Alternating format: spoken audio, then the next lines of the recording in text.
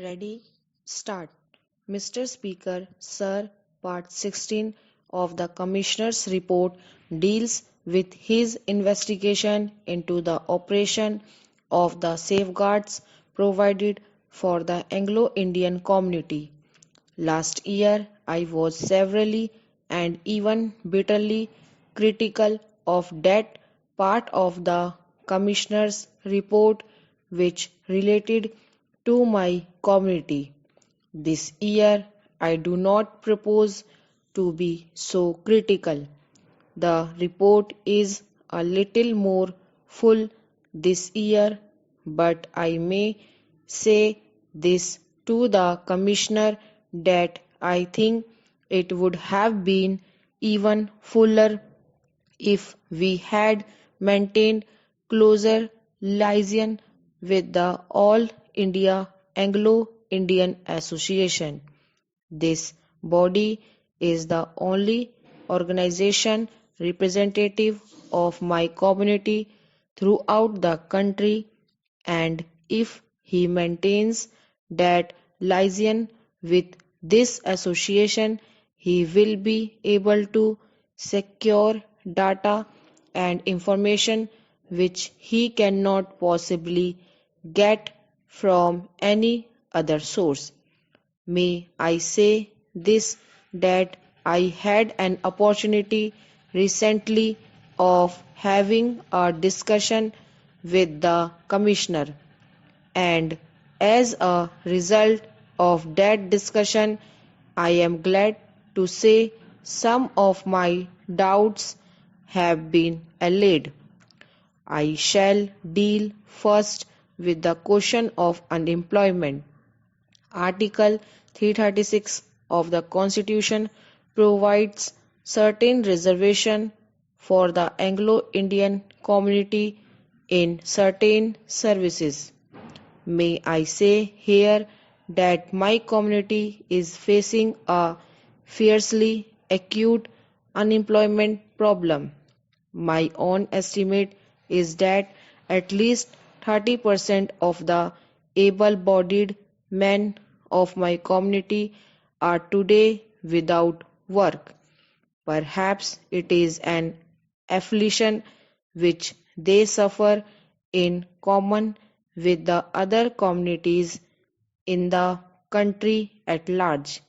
The Commissioner has rightly observed that the reservations in certain services for my community are not being filled, but I join issue with him when he says that the reasons are that suitably qualified Anglo-Indians are not forthcoming for these jobs, and that is why these vacancies are not being filled.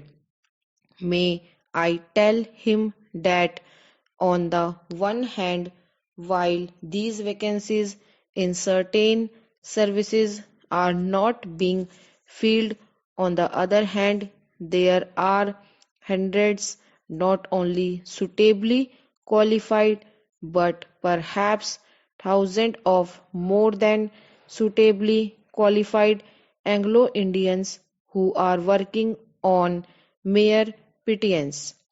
There are several reasons for the same, and the most important ones of these vacancies are not being filled up, in my opinion, the following.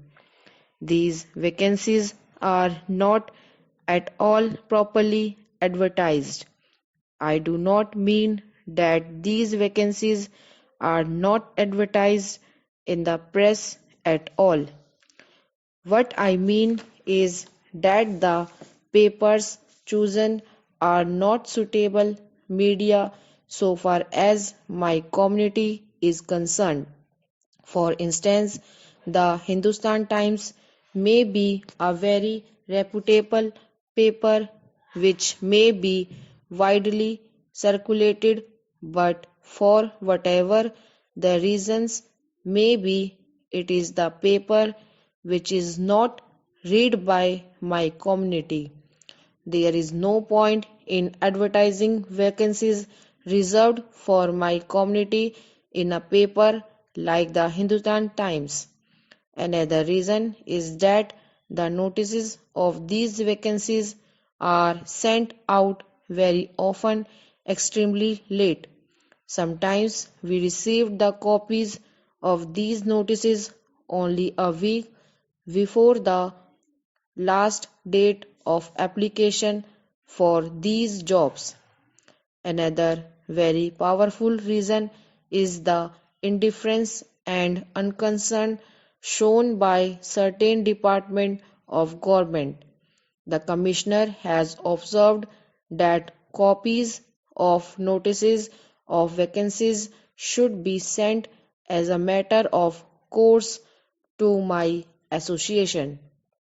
The railways and the Department of Post do not send them, but I have a feeling that not all notices are sent. But may I illustrate the incompetence and the ineptitude of the certain departments? I wrote in July this year to the Central Board of Revenue asking them that in keeping with journal practice, notice should be sent to the head office of the All India Anglo-Indian Association.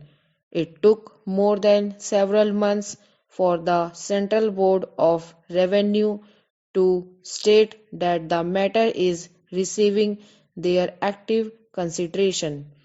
In an ordinary routine manner, with regard to notices, even after 3 years after these safeguards are supposed to have become operative, the Central Board of Revenue is still giving active consideration to a routine matter such as sending notices of vacancies to my community. This is the reaction of an important, bright, intelligent official who is displaying government's usual elasticity of energy in honoring these professions to the minorities. Then there is a complaint I have received from suitably qualified people who have told me that they have applied under registered covered acknowledgement due applied not once at applied several times, but they have not been called. For instance, I had to revenue personally with the Railway Recruitment Board operating from Bombay and the Railway Recruitment Board operating in Sildha. It was only after I intervened personally that suitably qualified people who had applied repeatedly and who, for some inscrutable reason, were not considered were called for interview. Stop.